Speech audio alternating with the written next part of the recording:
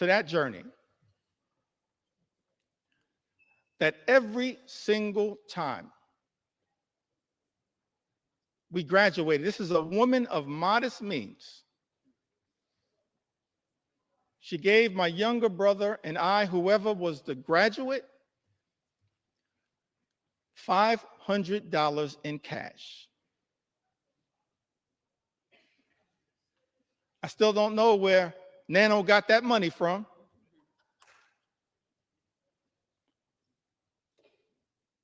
I know it came by her honestly. She saved for it.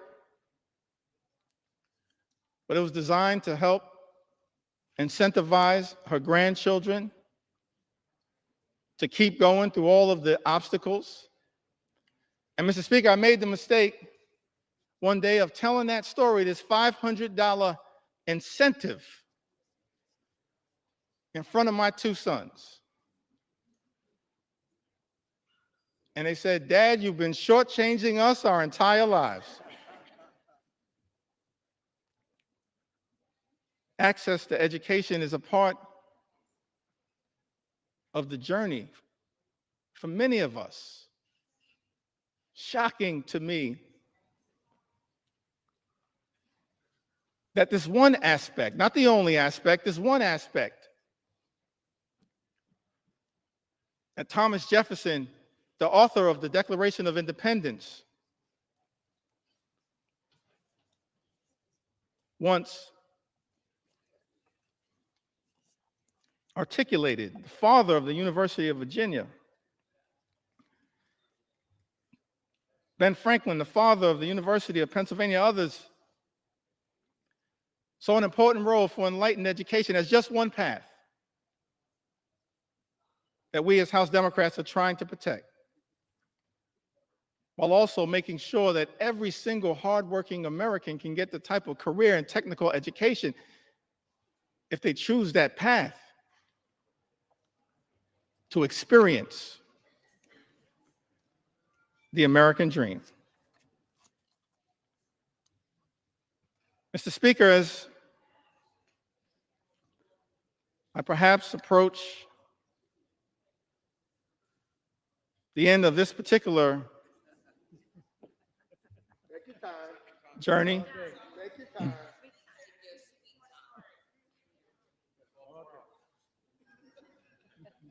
let me just reiterate that as House Democrats, we maintain from the very beginning of this Congress, we acknowledged the election of President Donald Trump, offered to work with our colleagues on the other side of the aisle whenever and wherever possible in order to make life better for the American people, to stand up for the things that matter, not as Democrats, independents, or Republicans, but as Americans. But the route, Mr. Speaker, that has been taken by House Republicans is to go it alone and to try to jam this one big ugly bill filled with extreme right-wing policy priorities down the throats of the American people. That's why, in good conscience, we can't stand here, Mr. Speaker, and support this effort, this one big ugly bill that hurts everyday Americans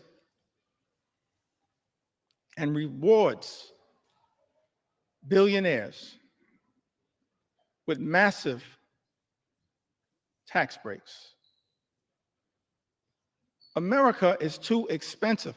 Housing costs are too high. Grocery costs are too high. Childcare costs are too high.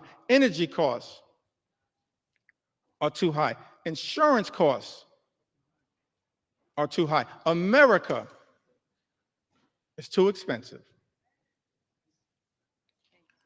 President Trump and House Republicans promised to lower costs on day one. Mr. Speaker, but costs aren't going down, they are going up. The policies unleashed by the Trump administration have been so chaotic, so all over the place, so much uncertainty has been created that the economy is being run off track, and nothing has been done to lower the high cost of living. In fact, not a single thing in Donald Trump's one big, ugly bill will meaningfully make life more affordable for everyday Americans. And that's just one of several reasons why House Democrats are a hell no on this legislation. We were a hell no last week, a hell no this week, a hell no yesterday, a hell no today, and will continue to be a hell no on this effort to hurt the American people.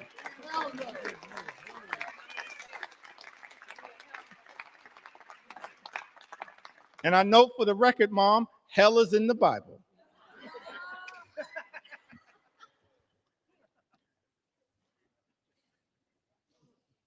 The American people are understandably frustrated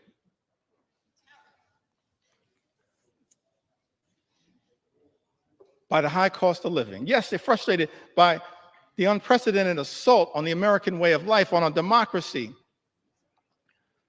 on the rule of law, on due process, on healthcare, on Social Security, on nutritional assistance. But it's my sincere hope that we can find a path forward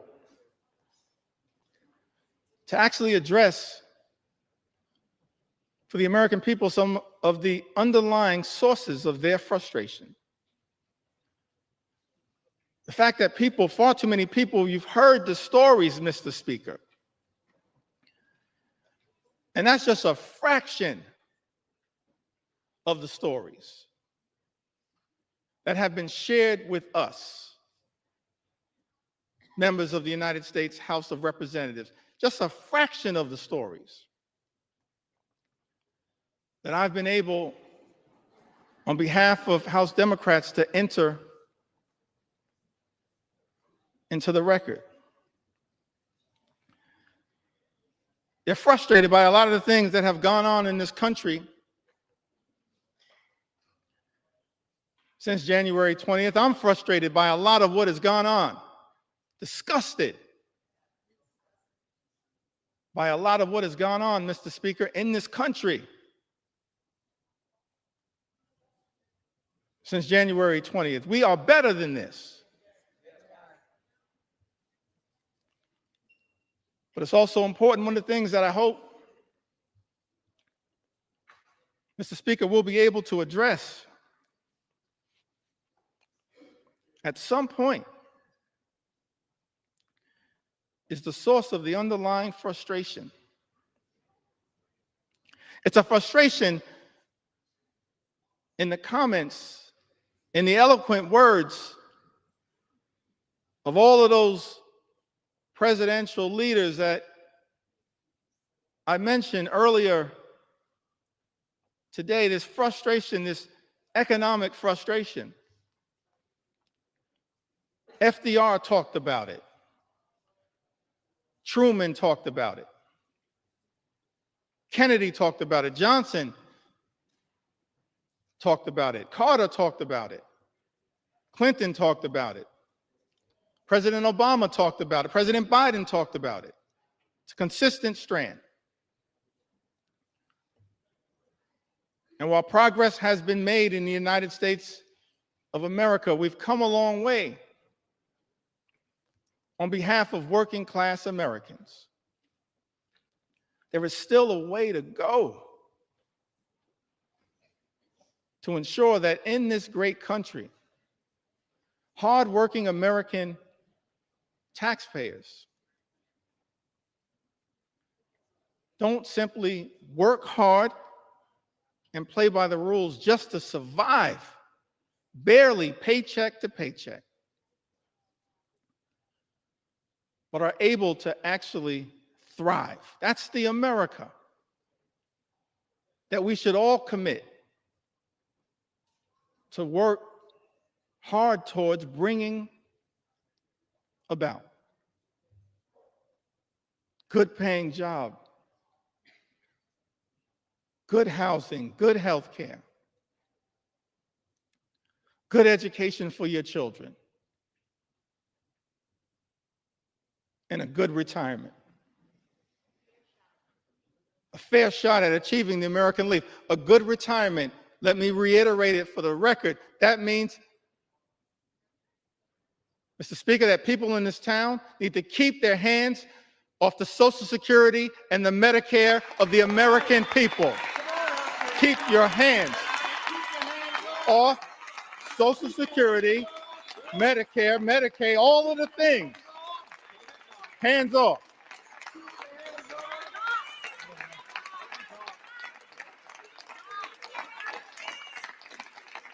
And one of the many reasons why we strongly oppose Donald Trump's one big ugly bill is because it will result in the largest cut to Medicare, sets in motion the largest cut to Medicare, more than $500 billion by some estimations in American history. The American people understandably frustrated, not for years, but for decades, that far too many have dealt with a situation where the system is not building an economy that works for hardworking American taxpayers, for everyday Americans, for working class Americans, for everyone who aspires to be part of the middle class. It's our sincere hope that we can get to a place one day, perhaps in a bipartisan way, not connected to this extreme and reckless, dangerous, partisan bill, this one big, ugly bill that will hurt everyday Americans in order to reward billionaires, that we actually can get to the work of lifting up everyday Americans, because the deck has been stacked against you for far too long. And that's not the America that the American people deserve. And part of the challenge, part of the problem, part of the issue as to why we find ourselves, everyday Americans, in this situation, it's because of the dominance of special interests in this town.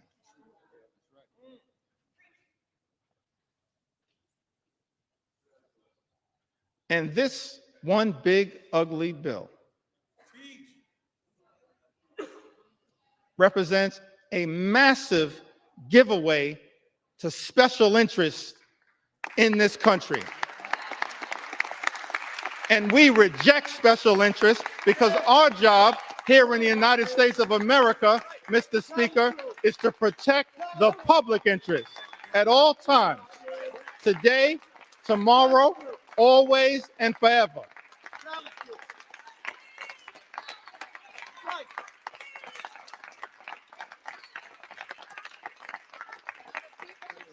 extraordinary to me, Mr. Speaker, that you got folks in this town talking about draining the swamp. Guess what? You are the swamp. You are the swamp. You are the swamp. We've never seen anything like this. The type of corruption that has been unleashed on the American people and has poisoned, Mr. Speaker, this bill.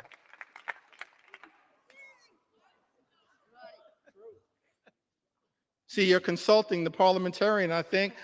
I said people in this town.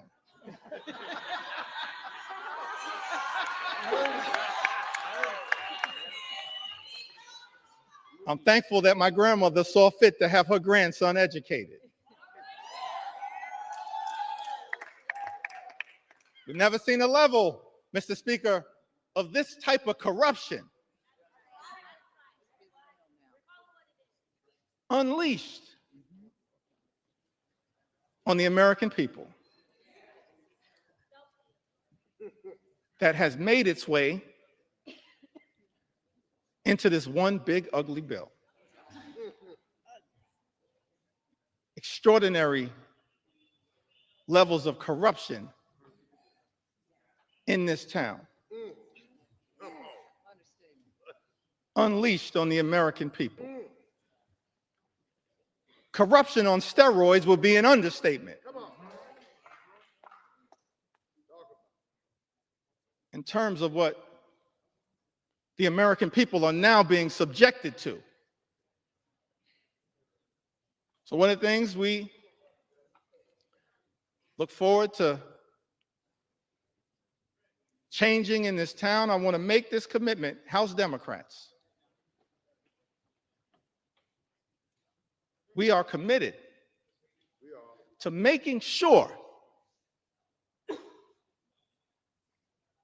that we end corruption once and for all in the United States of America, in corruption in Congress, in corruption at the Supreme Court, and in corruption with the administration. That's part of our agenda, an anti-corruption agenda. That's what the American people deserve. That's what we as House Democrats are committed to bringing about. The exact opposite, Mr. Speaker, of what we see in this bill. We're going to present to the American people an anti-corruption agenda, the likes of which have never been seen. Because it's too much. Fundamentally, it undermines the ability of government to deliver for everyday Americans. You see that politics, at the end of the day, is about the management of public money.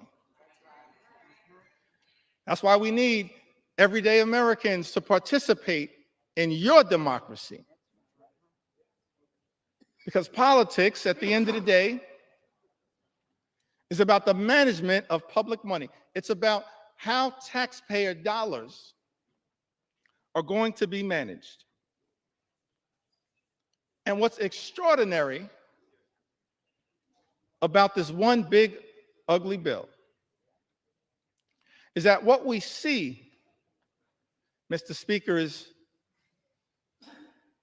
the management of public money, all of it being done in this highly partisan way.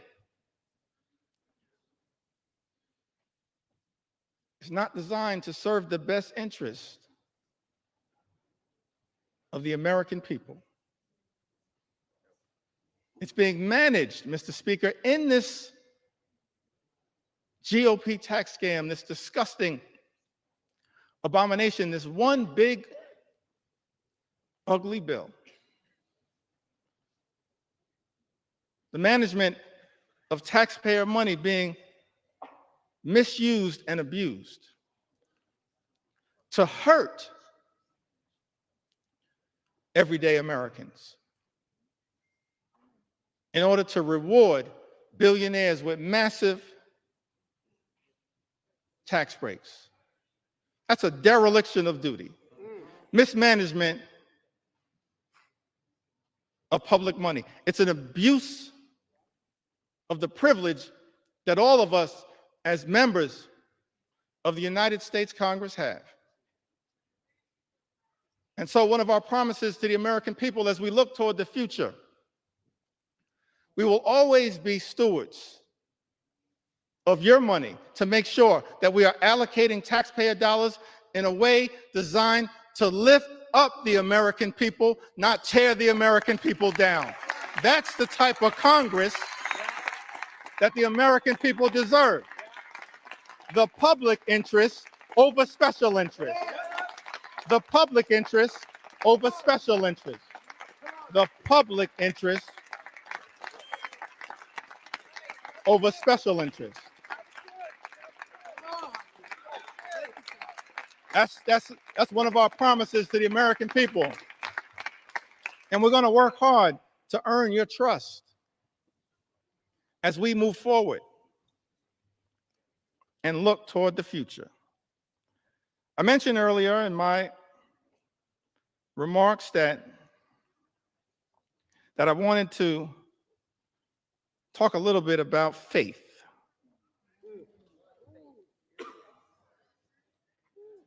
I grew up in the Cornerstone Baptist Church. Faith is the substance of things hoped for, the evidence of things not seen. We walk by faith, not by sight. You just have faith the size of a mustard seed. You can move mountains. We come this far by faith. Can't leave this floor, Mr. Speaker, without talking a little bit about faith. Talk about faith. Talk about faith. And I use faith in the broadest sense of the word. Proud of what we are in this country: Jewish faith, Muslim faith, Hindu faith, Buddhist faith, Christian faith. All faiths. That's the interesting thing. This rush to jam this reckless bill down the throats of the American people, all of it somehow connected to our 249th birthday that we're going to celebrate tomorrow, July 4th. A journey launched by the Declaration of Independence. And ultimately, this principle embedded in the First Amendment around the importance of faith, but also at the same time, the importance of separating church and state. It's all in the First Amendment, as interpreted by the Supreme Court. Don't have time, I think, to really deeply go into it, but you've got...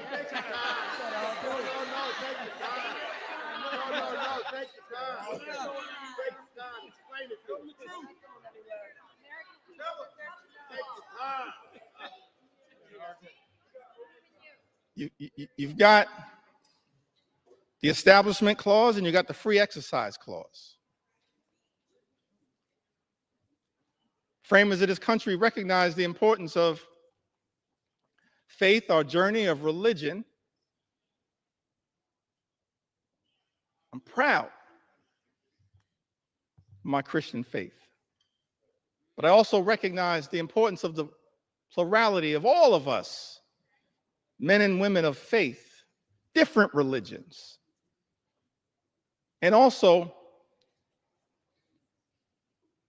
of the fact that here in America, we embrace the religious and the secular. The religious and the secular.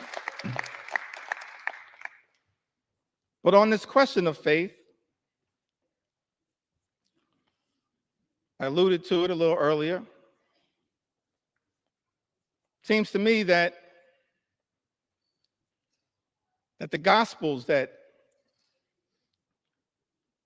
the New Testament, there's some interesting parts of the Old Testament. I'm tempted to tell the story of King Nebuchadnezzar.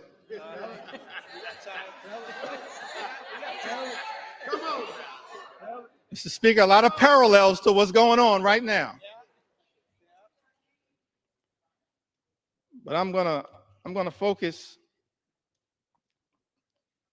at this moment on the New Testament prescription, the Gospels. I think it was mentioned earlier by one of my colleagues. I think Don Beyer mentioned it earlier. Matthew, the 25th chapter, verses 35 and 40.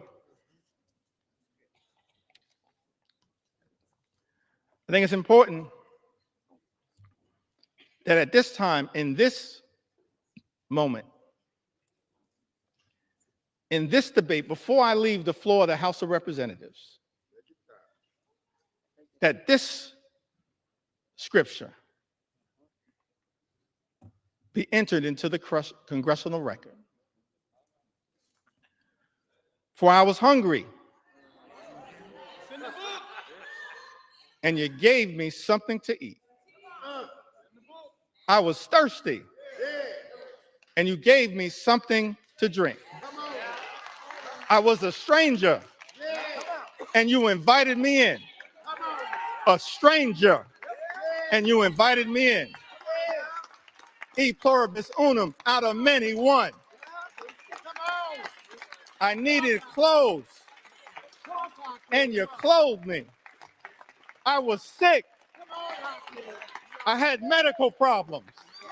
Maybe I needed Medicare or Medicaid or the Affordable Care Act or the Children's Health Insurance Program or Planned Parenthood. I was sick, and you looked after me. I was in prison, and you came to visit me. We have a right as members of Congress to visit people who are detained. It's not just in law, it's right here in Matthew.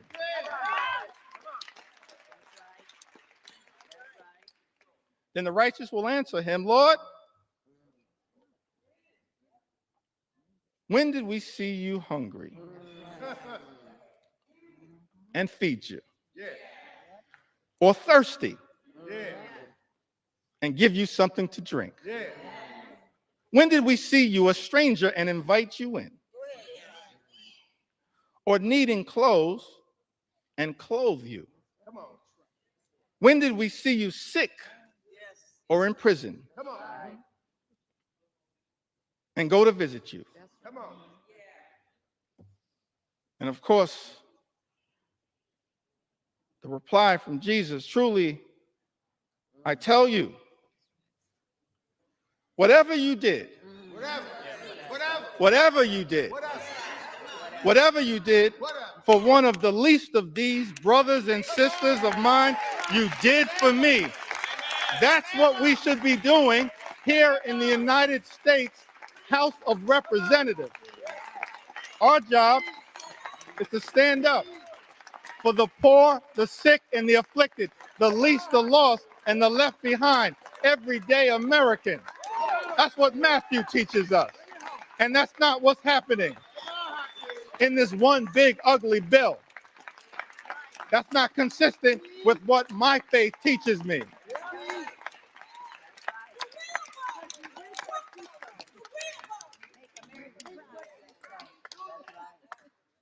I'm not down with this situation. I'm not down with this situation.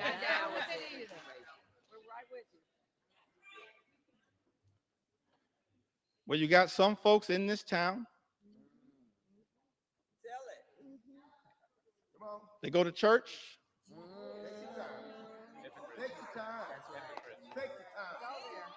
Mr. Speaker, I said some folks in this town, they go to church, Take your time.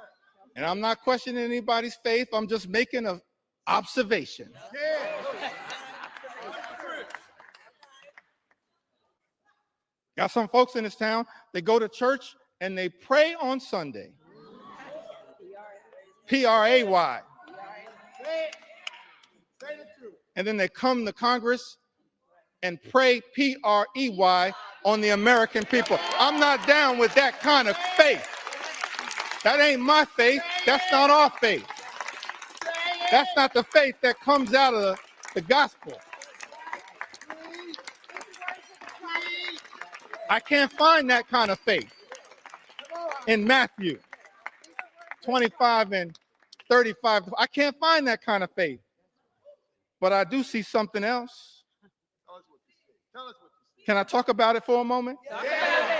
Talk about it. Take your sweet time. Take your sweet You time. got time. Take your time. I do see something else, kind of what I'm seeing connected to this one big ugly bill. I don't know if this was an inspiration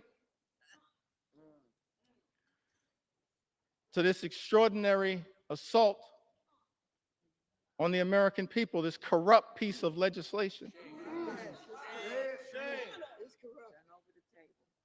But when I look over my Bible, and this is going to come from John, it's not going to come from 2 Corinthians, although the Apostle Paul has a lot to say about that. And Mr. Speaker, I said 2 Corinthians, not 2 Corinthians. Come on now. Come on now. I don't know who I'm talking about, but if you're going to sell the Bible, you should know the Bible. Come on now. Talk to him. Take your time. Take your time. Trying to figure out, because it's not in Matthew.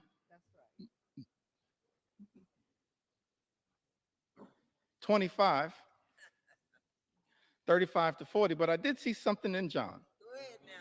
Tell us what you see. Tell us what you see. John 10 and 10. This frightens me in this moment that we're living in. It says the thief comes only to steal, kill, and destroy. It's incredible to me that we're here dealing with a piece of legislation literally that steals money from everyday Americans, from hardworking Steal. American taxpayers. Steals money from Medicaid, Medicare, the Affordable Care Act, Steal. supplemental nutritional assistance, steals money from Pell Grants, Steal. Steal. from the education of our children, Steal. from energy assistance programs. Thief comes only to steal Come on, steal. and kill. Well done.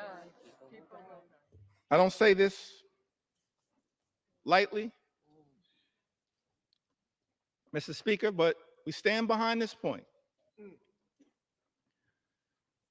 That when you try to take health care away, Yes. what this bill does, taking health care away from everyday Americans, more than 17 million, this unprecedented assault on Medicaid, on the Affordable Care Act, on Medicare, on children's health insurance. What you effectively are doing, hurting everyday Americans, hurting children, hurting women, hurting older Americans, seniors, Tell them, leader. people with disabilities. Nursing homes will close. Tell them what they do. Hospitals will shut down. Let them know what they're doing. Community-based health clinics Tell them. unable to operate. We're actually here debating legislation, Mr. Speaker, that will result in tens of thousands of everyday Americans losing their lives Tell them what they're doing. because of the inability to get health care that they now have Tell them. and is being ripped away Let them know. from them.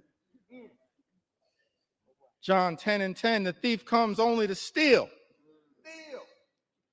and kill Kill. and destroy. All-out assault on the American people.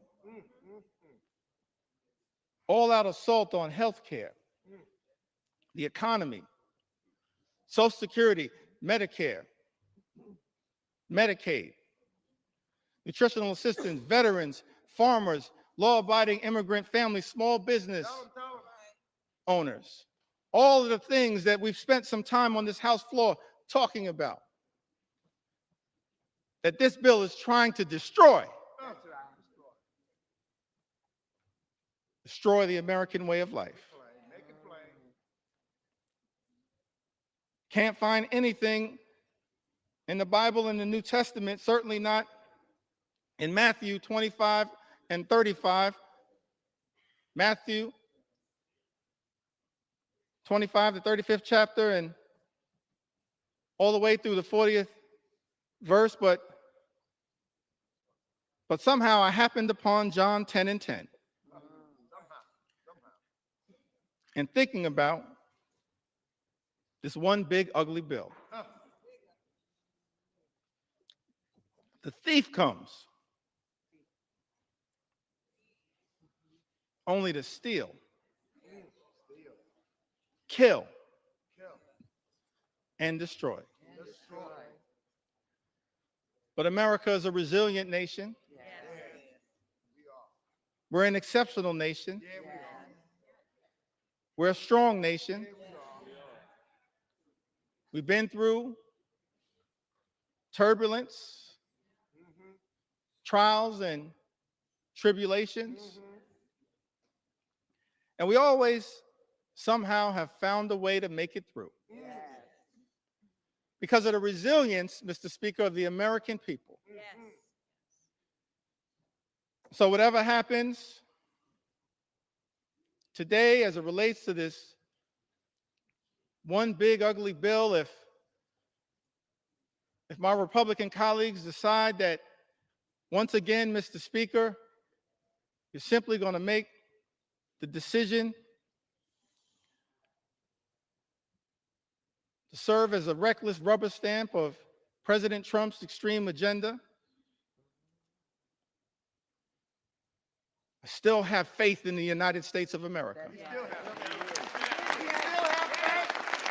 Still have faith in the United States of America. I still have faith in the United States of America. We will not let anyone in this town destroy what America represents. Not now, not ever. It's not going to be easy. We recognize that. But we've got faith in the resilience You have time. Take your time. Sweet time. of the American people. So I get ready to close shortly, and Now take your time. Take your time. Take your time. Come on. Take your sweet time. Tell them. Tell them. well, let me say it one more time. Our Republican colleagues tried to jam this reckless, extreme bill, Mr. Speaker, down the throats of the American people. Had the nerve to start this debate at 3:28 a.m. in the middle of the night.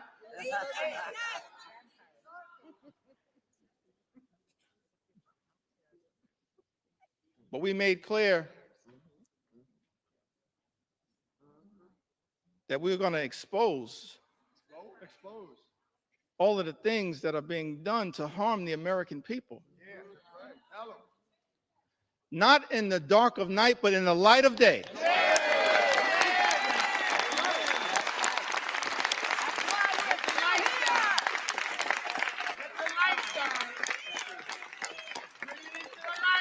This little light of mine, we're going to let it shine on behalf of the American people.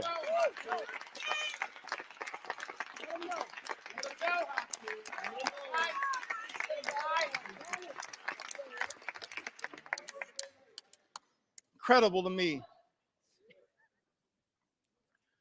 that Republicans would try to jam this one big ugly bill down the throats of the American people in the dead of night. And then, to add insult to injury, Mr. Speaker, allocate 15 minutes. 15 minutes to each side on the committees of jurisdiction. 15 minutes to the Ways and Means Committee on each side. 15 minutes Take your time. Take your time. to the Budget Committee. That's extraordinary. But I'm thankful, I'm appreciative of all of my colleagues who stand behind me.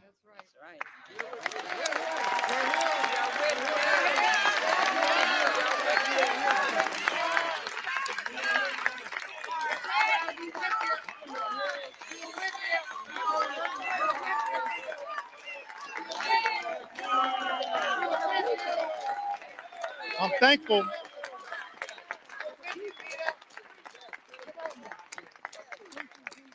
Thankful to all of my colleagues for their commitment, their courage, their conviction,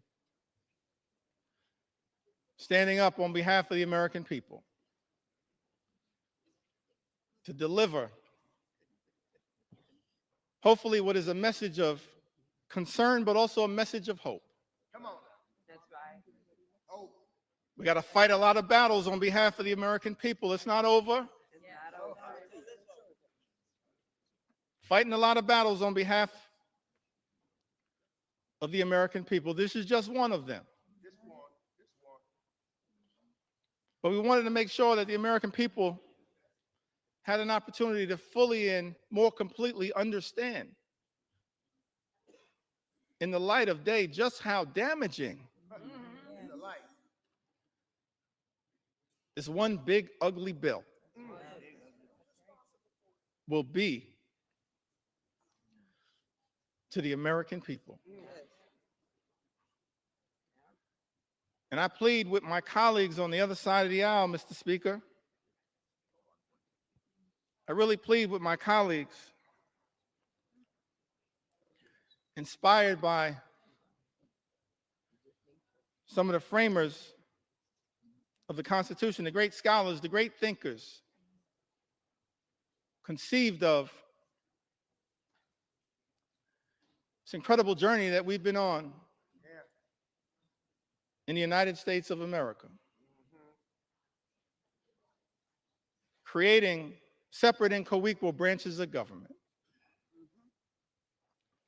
recognizing that in this country, part of the gift that we were given by the framers of the United States Constitution, no kings, no dictators, no monarchs, separate and co-equal branches of government. This is the Article I branch of government. Mr. Speaker, James Madison, he once made the observation, in his view, in one of the Federalist Papers, that at its best, Congress should should function as a rival to the executive branch. That was James Madison. Article 1, branch of government, the House and the Senate. We're not here to bend the knee to any wannabe king.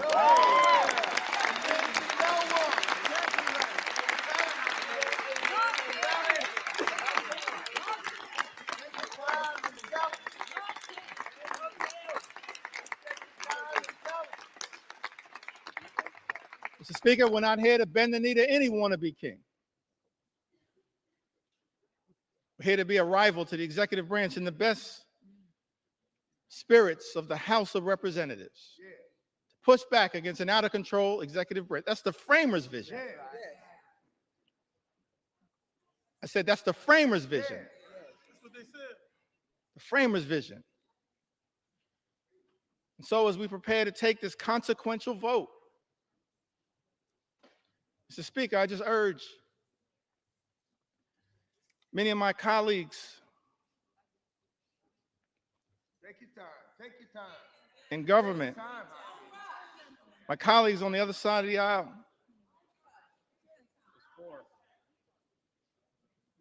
Mr. Speaker,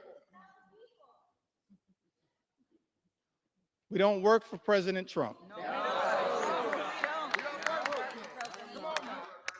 right. We don't work for J.D. Vance. That's right.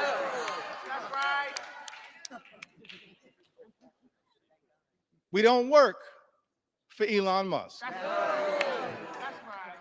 Mr. Speaker, as all of us prepare to cast this vote, I hope my Republican colleagues will come to the conclusion that we work for the American people.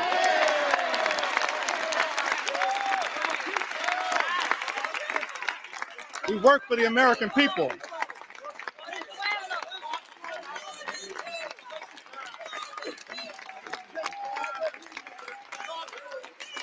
We don't work for any president. We work with American presidents.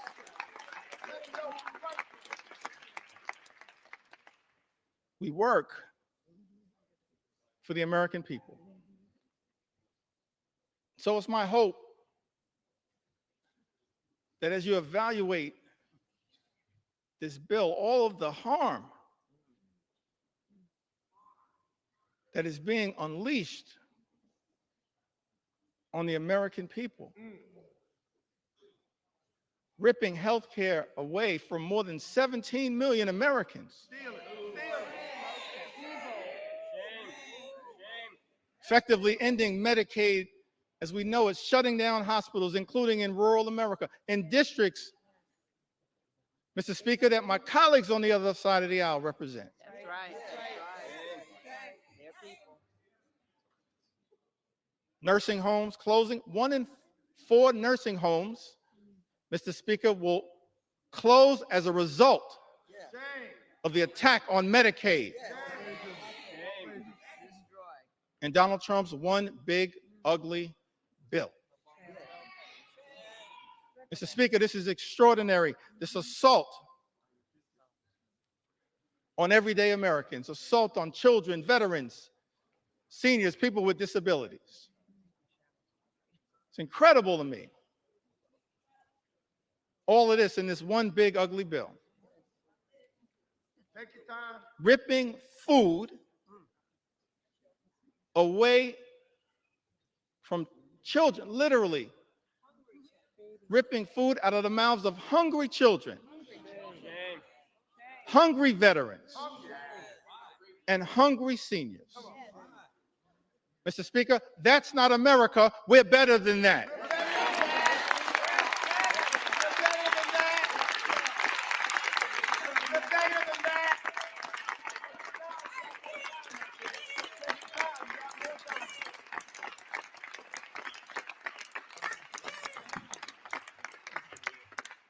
Mr. Speaker, we're better than that. Ripping food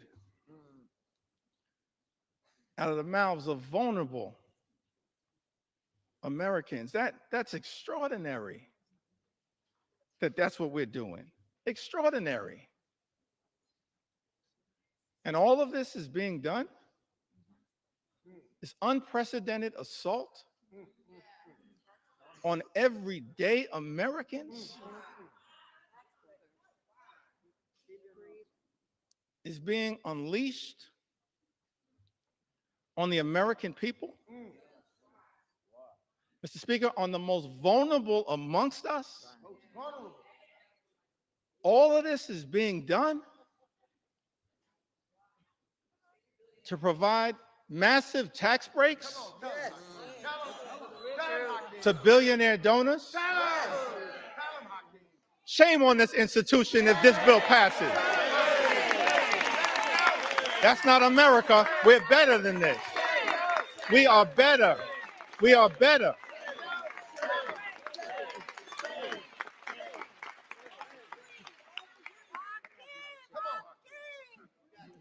We are better than this. I think that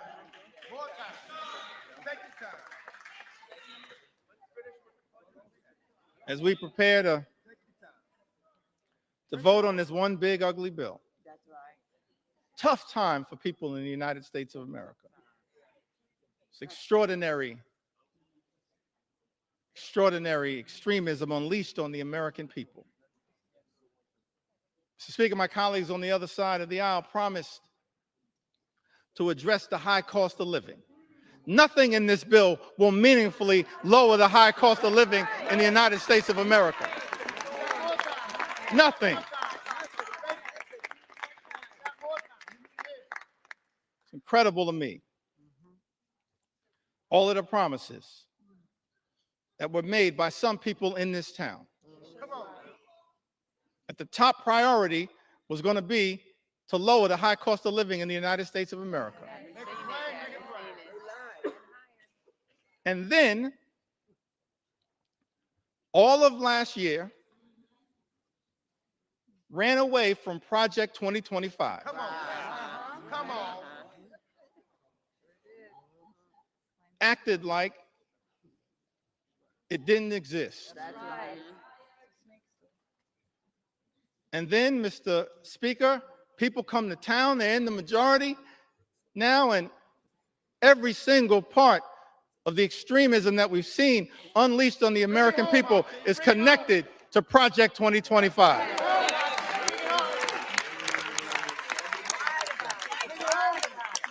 Every single part.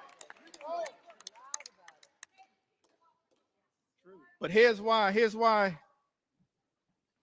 I still got hope, optimism. I referenced this earlier today as we prepare to experience the 249th birthday of the United States of America. Yeah. Take it back to that original document. Yeah. Declaration of Independence, 1776. Mr. Speaker, it had the aspirational part. We hold these truths to be self-evident, that all men are created equal, come on now. Bring it home. Endowed by their Creator with certain unalienable rights, come on now.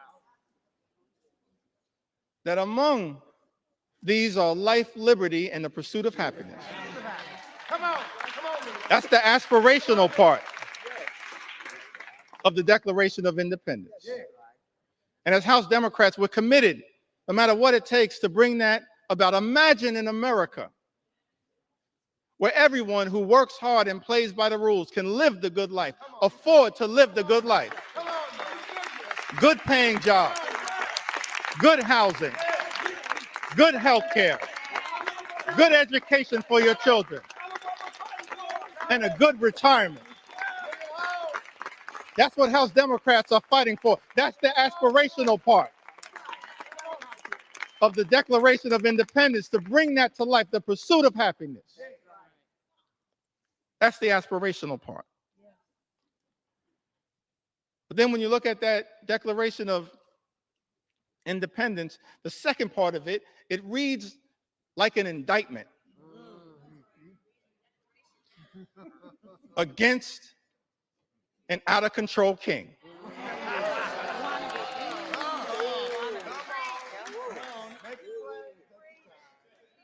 Reads like an indictment against an out-of-control king. I commend all Americans, perhaps sometime tomorrow, I'm going to do this myself, read that document in its entirety. And why was that indictment issued? I think it was because the framers of this great country, they were fed up with Project 1775. And so they implemented Project 1776. So I know that there are people concerned with what's happening in America, but understand what our journey teaches us is that after Project 2025 comes Project 2026. And you will have an opportunity to end this national nightmare as part of Project 2026. I love the framers. They gave us a blueprint for what should give us hope in this moment. That's right. I think that I want to close by referencing Take your sweet time. someone who we all serve with. I want to stand on the shoulders, if it's okay, on some of our civil rights heroes and foot soldiers. Yes, yes. Those whose character, whose conviction, whose courage should give the American people hope at a moment of great despair. Many of us had the great honor of serving with Congressman John Lewis.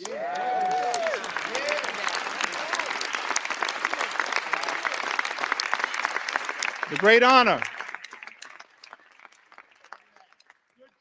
Mr. Speaker, to serve with Congressman John Lewis. That's right.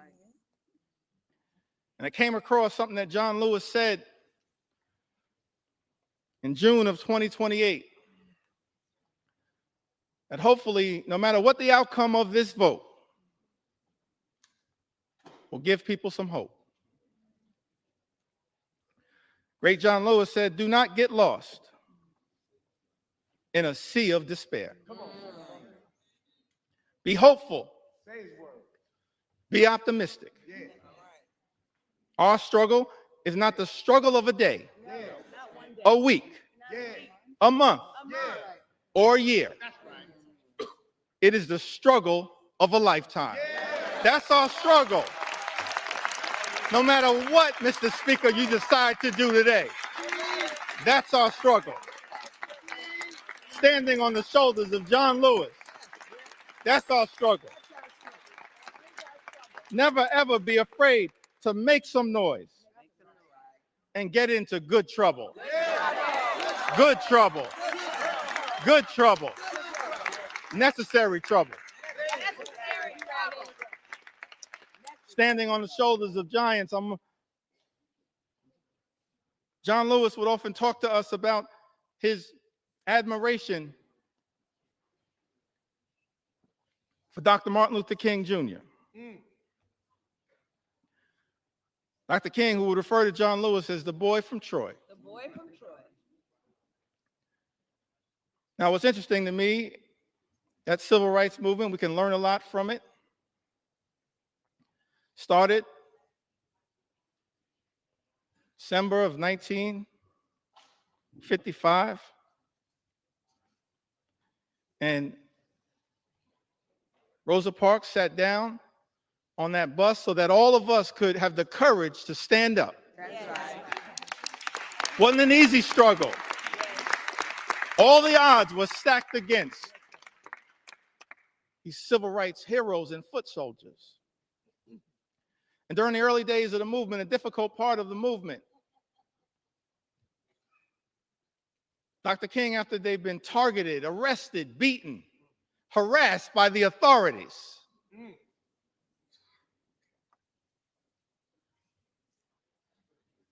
he traveled to Brooklyn, New York, Yes. and spoke at the Concord Baptist Church. I think it was in March of 1956. And he said to a group of people of every race, every religion, every life experience, the Concord Baptist Church in Bedford-Stuyvesant, said to them, no matter what the odds, we've got to press on. Press on. Dr. King said that if you can't fly, run. That's right. If you can't run, walk. That's right. If you can't walk, crawl. But at all times, press on. And keep pressing. And so as I take my seat, I just want to say to the American people that no matter what the outcome is on this singular day, we're going to press on. We're going to press on. We're going to press on.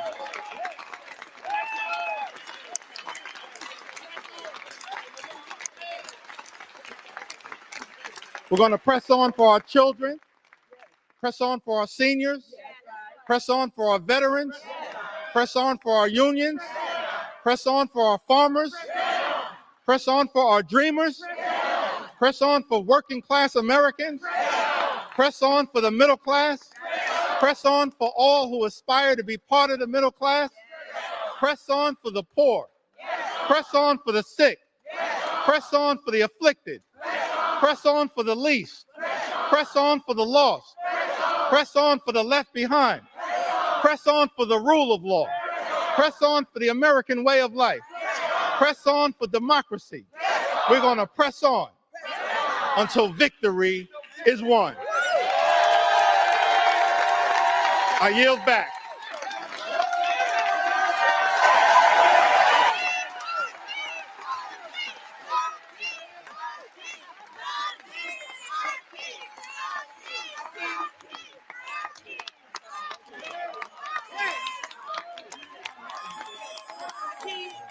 John would have been proud.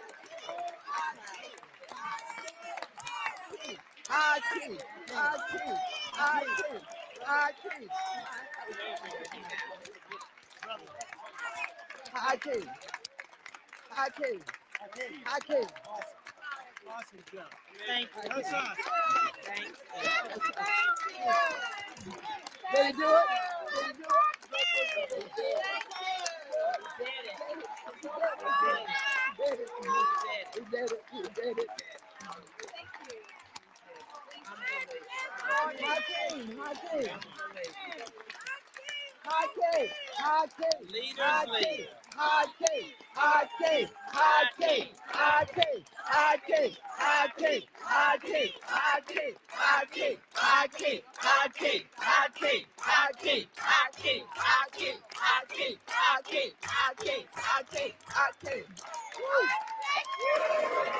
Gentleman from Massachusetts.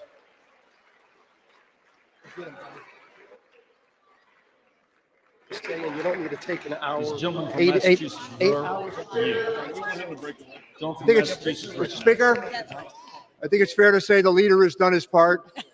I have no further speakers. I yield back our time. Gentleman from Massachusetts yields.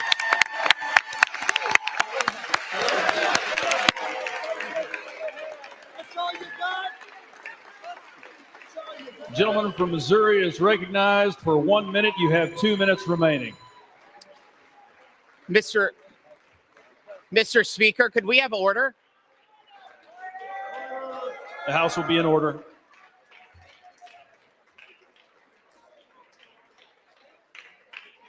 The House will be in order, please. The House will be in order, please. Thank you. Gentleman from Missouri is recognized for 1 minute. You have 2 minutes remaining.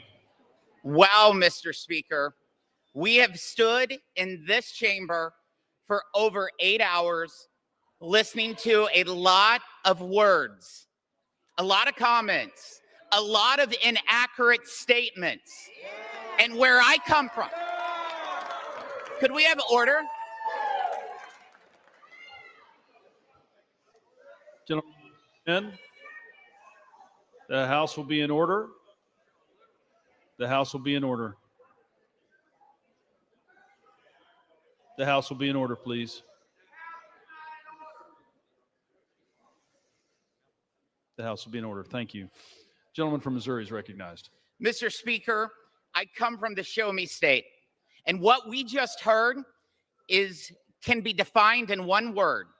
A bunch of hogwash is what we've heard for 8 hours on that side of the building. I'll tell you, for the 8 hours, could we have order? We'll suspend. The House will be in order.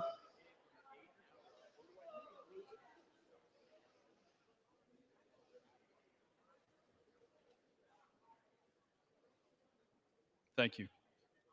He's recognized. Mr. Speaker, the 8 hours of hogwash that we just heard will not change the outcome that you will see very shortly when we deliver historic tax relief for working families, small business owners, and farmers. Mr. What? Yeah. Mr. Speaker, I yield 1 minute to our great Speaker of the House, Mr. Mike Johnson.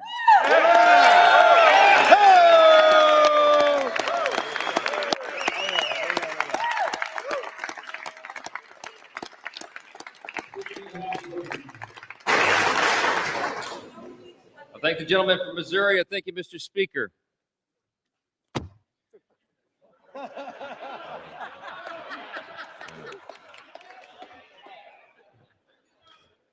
You know, Ronald Reagan said one time that no speech should be longer than 20 minutes. And unlike the Democrat leader, I'm going to honor my colleague's time and be a little more brief than that. All right.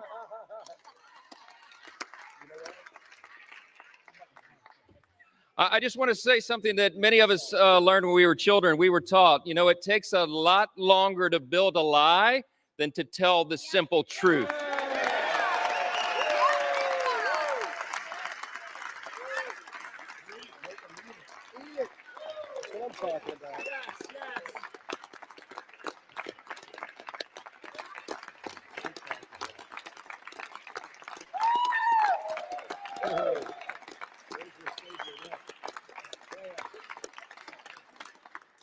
My friends and colleagues on both sides of the aisle, we've waited long enough. Some of us have literally been up for days now. But this day is a hugely important one in the history of our nation. We have a big job to finish, and that's why we're here on the week of July 4th, just a day before now, America's birthday. It was on that fateful day, as a Democrat leader acknowledged, that our founders pledged their lives and their sacred honor to this grand experiment in self-governance that we are now here to steward. It's an experiment that falls to us to guard and to protect it. We take that very seriously. Why the American experiment still endures today and why its best days are still ahead of us. Yeah.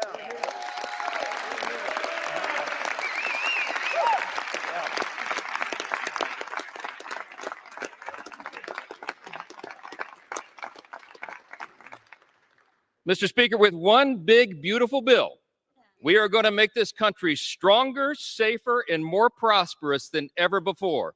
And every American is going to benefit from that.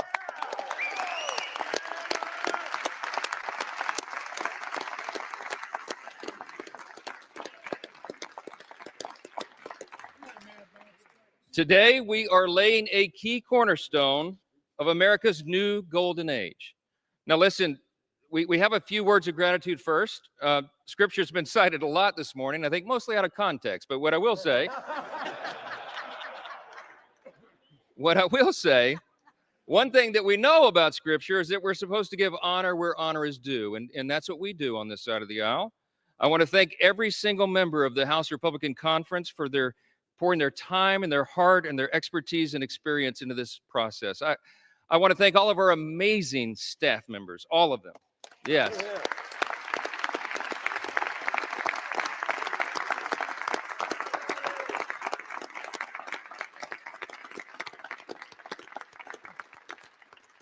Their dedication, their endless hours, their hard work made this all possible. I want to thank the White House Office of Legislative Affairs, who have basically lived with us now for the last few weeks. Their patience and persistence and their professionalism is greatly appreciated. Our country's incredible cabinet secretaries have been involved as well. They've assisted us in countless ways throughout this process. Our Vice President, J.D. Vance, helped us navigate so many dire straits along the last several weeks through the House and the Senate. And of course, our bold, visionary, fearless President, Donald J. Trump.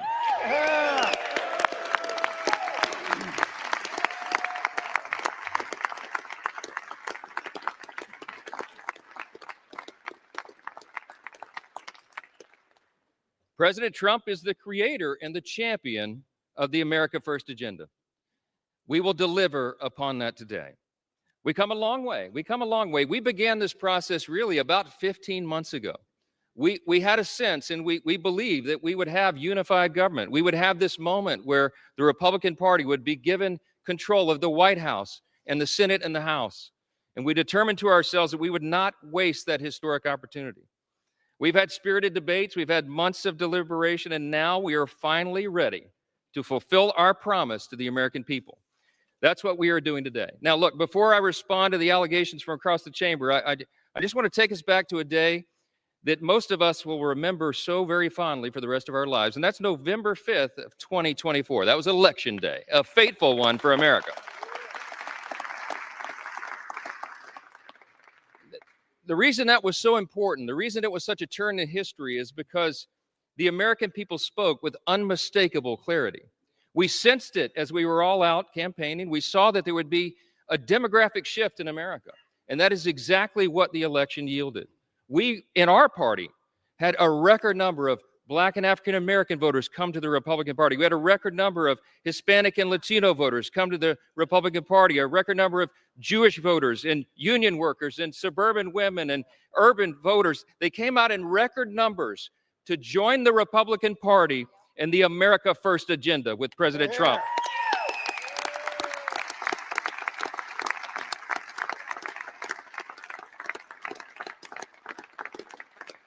That election was decisive. It was a bellwether. It was a time for choosing. And I tell you what, the American people chose overwhelmingly. They chose the Republican Party.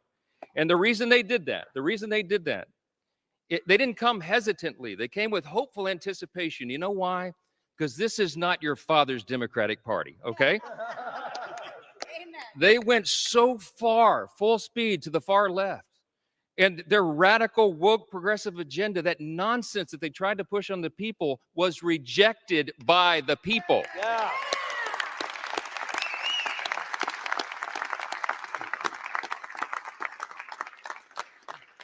These new voters came to us. They had enough of the Biden-Harris madness and all the things they were trying to hoist upon the American people that they just don't believe in their hearts. And they were hopeful. They came to us with hope. They wanted us to restore common sense and accountability, and we promised to them that we would do just that. Those new demographics came to the Republican Party because of open borders wreaking havoc on their communities. They came because of weakness at home that fueled instability abroad, and because trillions in reckless spending put the price of gas and groceries further out of the reach for hardworking Americans. It wasn't right. President Trump and our Republican majority in Congress are fixing all of that right now. President Trump said this week, we're the hottest country in the world again.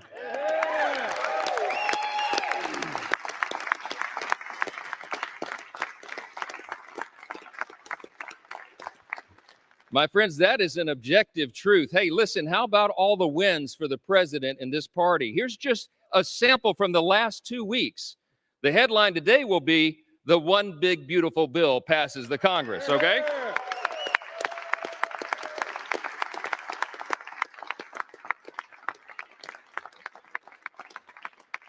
You got to hold your applause. There's too many wins. Are you tired of winning yet? No. Fourth jobs report in a row exceeds expectations. A sample of the headlines. Lowest monthly border encounters in U.S. history. We closed the border.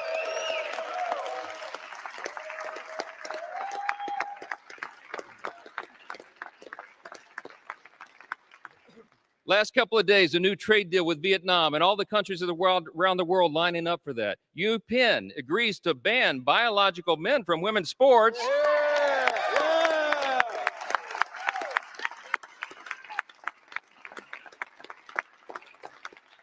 And they ought to give a personal apology to every female athlete impacted by that nonsense. Gas prices are at a 4-year low, my friends. The Air Force and Space Force both hit their 2025 recruiting goals 3 months early. Israel is agreeing to a 60-day ceasefire with Hamas.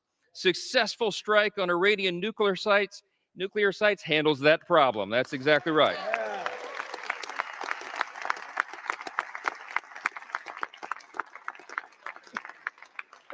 Strength is back. America's back. It's resulted now in a ceasefire deal between Iran and Israel. The NATO countries are increasing their defense spending, not just 2%, 5% of GDP, okay?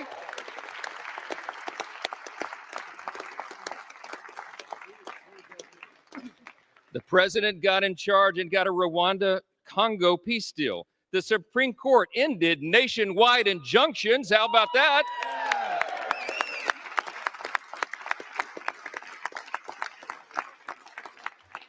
That conservative majority on the Supreme Court also allows third country deportations.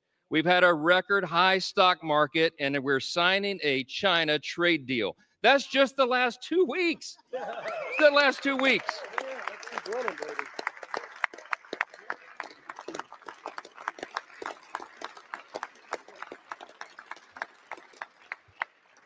So many simple truths to share and so little time to do it, because I want everybody to have a break here.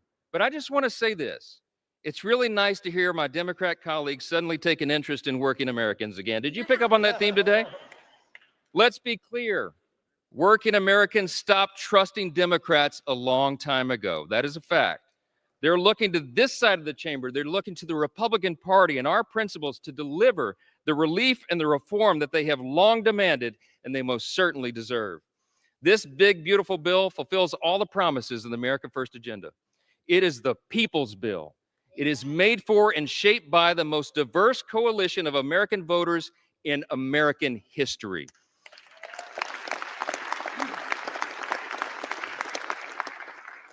Today, we are making the dream of a government that puts the American people first a reality. I would need this entire notebook to tell you all the great things in the big, beautiful bill. It is aptly named, but I'll just tell you a couple of the highlights. Record tax cuts for hardworking Americans.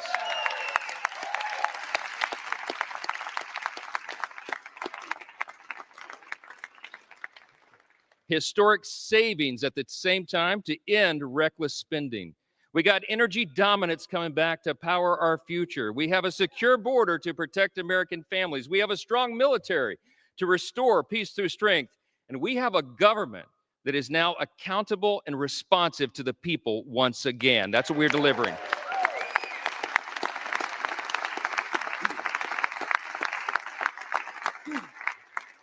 For everyday Americans, this means real positive change that they can feel, and they will feel much more when this bill is done. Families back home will have real relief, an average of $10,000 in their pockets, thanks to the largest working and middle-class tax cut in the history of this great nation. That's what we're doing today.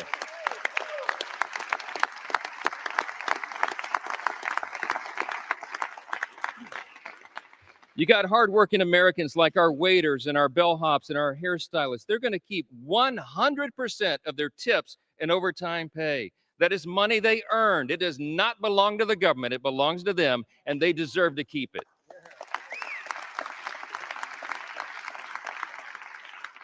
Small businesses that want to build and expand new factories, you know what they can do now? They can write off 100% of their investment.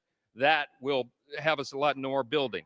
Young families who want to buy a home will be able to, thanks to historic savings that will put our country on a stronger financial footing.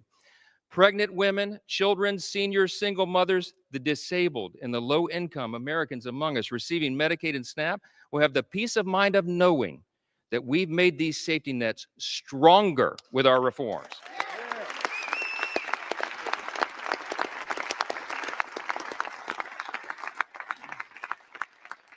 See, when Republicans are in charge, we bring common sense. We're going to make sure that Americans who do need and deserve those critical programs won't have to compete against people who can work but choose not to do so. That's not right.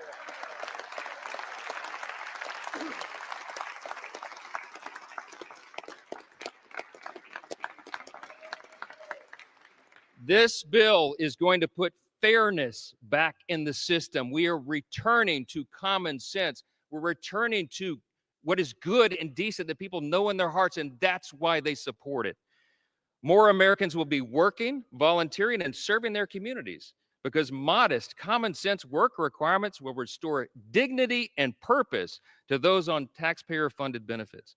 The bill will also mean that safer streets are available in every zip code around the country because our border will remain fully and totally secure.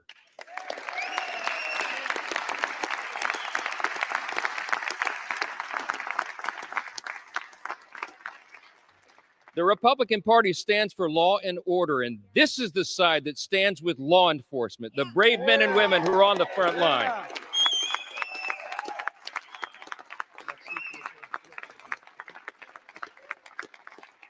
The idea that those who put their own lives on the line to protect us would be assaulted for doing their jobs is unconscionable. Law enforcement, I know you agree. I know, amen. Law enforcement will have the help of a border wall now that's 100% complete. Yeah!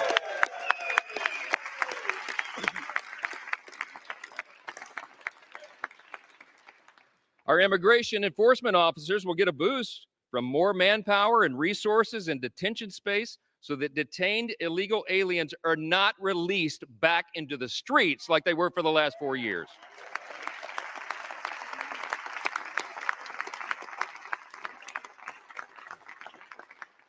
And our homeland can rest soundly again under the protection of President Trump's Golden Dome. That's what we're investing in. Look, any of these individual achievements would be historic victories for a Republican Congress or any Congress. And today we're delivering on all of them in one big, beautiful bill. That's what Americans can count on when we pass this legislation, and that's exactly what Democrats will vote to oppose today. That's a fact. We didn't write this bill for the Democratic Party or the elites or the media. This bill is for hardworking Americans, and they deserve it.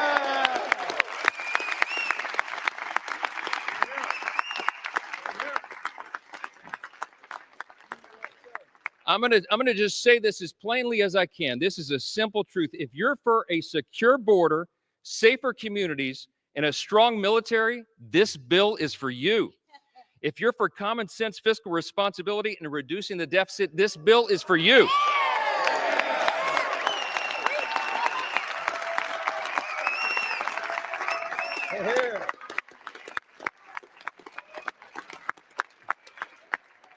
If you're for fair and lower taxes, bigger paychecks, affordable gas and groceries, and restoring dignity to hard work, this is the bill for you.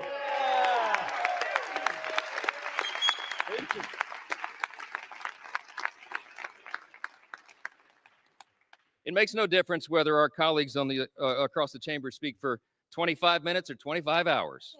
They can't change the truth. And today was about performance for some of them. But today for us is about results. results that improve the lives of Americans, regardless of their race, religion, color, or creed. It does not matter.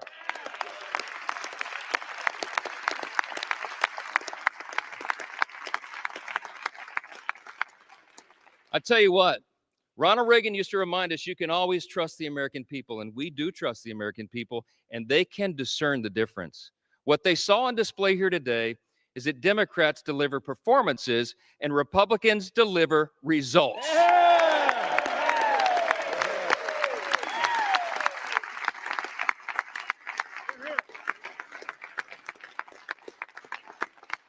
Today, my friends, we are ready now. We are going to deliver what we were sent here to do, and every American will benefit from it. In 1793, just steps from where we stand today, President George Washington laid the first cornerstone of the United States Capitol. Over 50 years later, on July 4th, again, members of this body gathered once again to lay a second cornerstone. Once more on July 4th, at the height of the Cold War, Congress laid a third cornerstone. And this week, with this vote today, on our nation's birthday being tomorrow, we lay a fourth. With this bill, we can vote as stewards of that great legacy that we have inherited in this extraordinary nation that we are blessed to live in. We can lay another sturdy foundation for the future of this country, a future where working Americans can feel relief, where government can finally start living within its means again, and where the United States is safer, stronger, and more prosperous than ever before. That's right. Now, I'm going to say this as they mock America and mock everything and mock the bill. We'll see how the people feel about that. Yeah.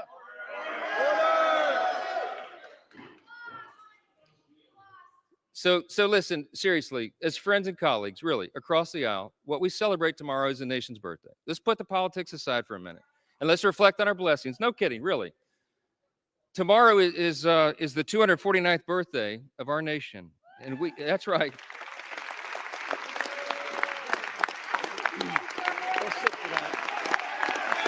Yeah! USA! USA! USA! USA! USA! USA! USA! USA! USA! USA! USA! USA! I mean this sincerely. I thank my colleagues for standing. We all should be united in that. We are. We have squabbles, we have partisan debates and all of this, but at the end of the day, we're all Americans, man. And we gotta believe that. We gotta know it. We gotta recognize that we live in the greatest nation in the history of the world. It's not even close.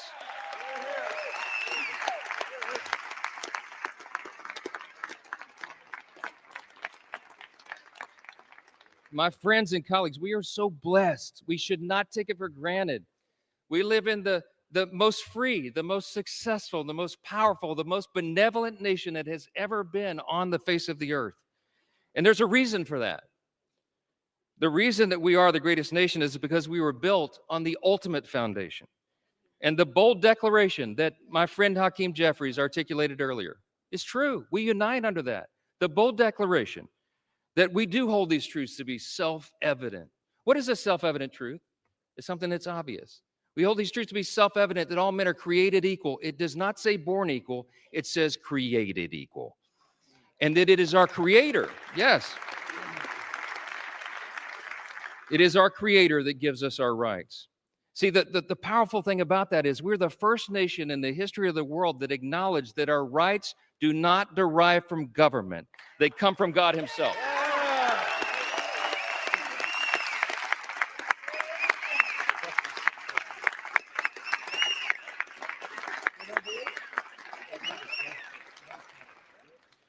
You see those words up there, that motto, it says, "In God we trust," right above the speaker's rostrum. You know, a previous Congress put that there in the early 60s in the height of the Cold War. There's a little visitor's guide that people get when you do tours late at night. You've probably seen your constituents and visitors and friends get the guide. If you turn, I think it's about to page 21. It explains why that's there. And it says, Congress voted to put that there as a rebuke to the Soviets' worldview at the height of the Cold War. Why? Because communism, socialism, find their root in Marxism. And Marxism begins with the belief that there is no God. It's wrong. And this Congress made us stand those many years ago, and we should do it again. We're different, we're distinct, we're exceptional because we acknowledge that right there, our motto.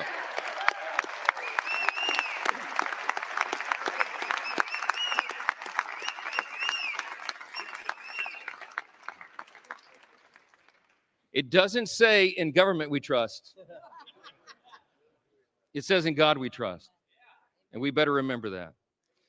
He has blessed us with his grand experiment in self-governance now for almost 2.5 centuries. And by God's grace, we are working hard and we are delivering on our promise to make America great again.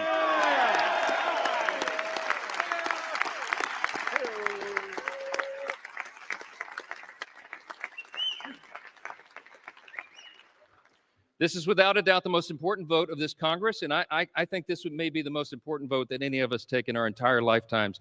And everybody better remember it, however you vote today.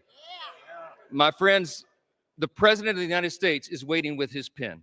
The American people are waiting for this relief. We've heard enough talk. It's time for action. Let's finish the job for him. Vote yes on the bill.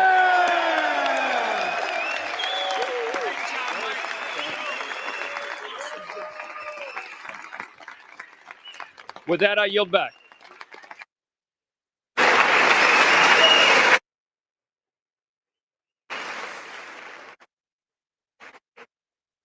The gentleman yields, and all time for debate has expired.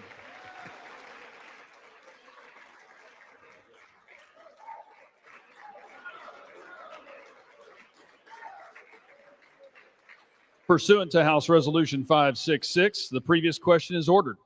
The question is on the motion by the gentleman from Texas, Mr. Arrington. All those in favor say aye. Aye. Those opposed, no. The ayes have it. The motion is agreed to. For what purpose does the gentleman from Massachusetts seek recognition? Ask for a recorded vote.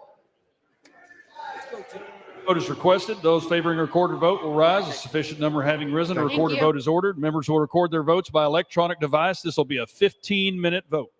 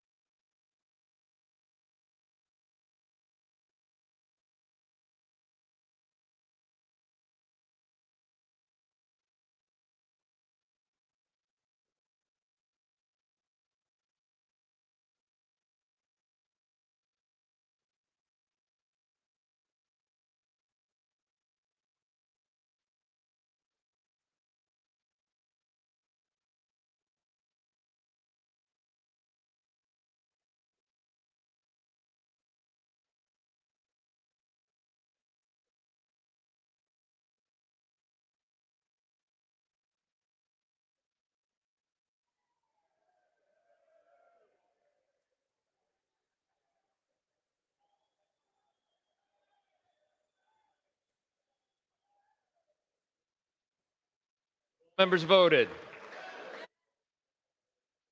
Or wish to change a vote? No.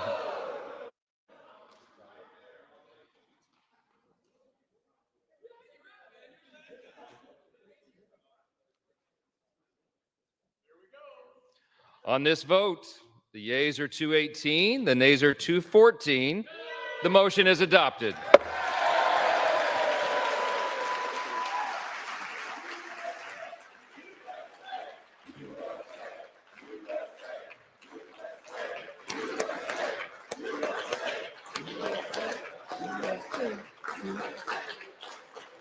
Without objection, the motion to reconsider is laid on the table.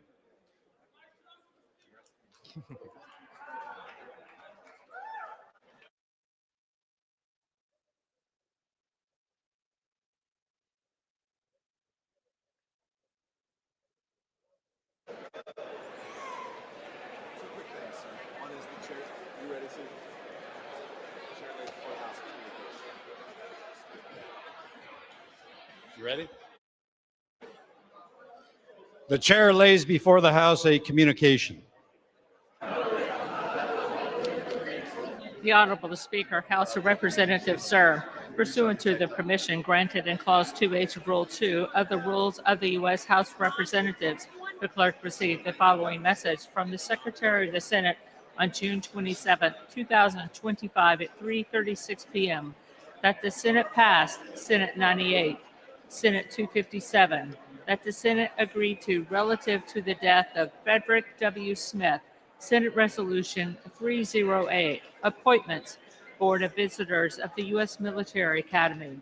Signed sincerely, Kevin F. McCumber, Clerk. Do I have to do?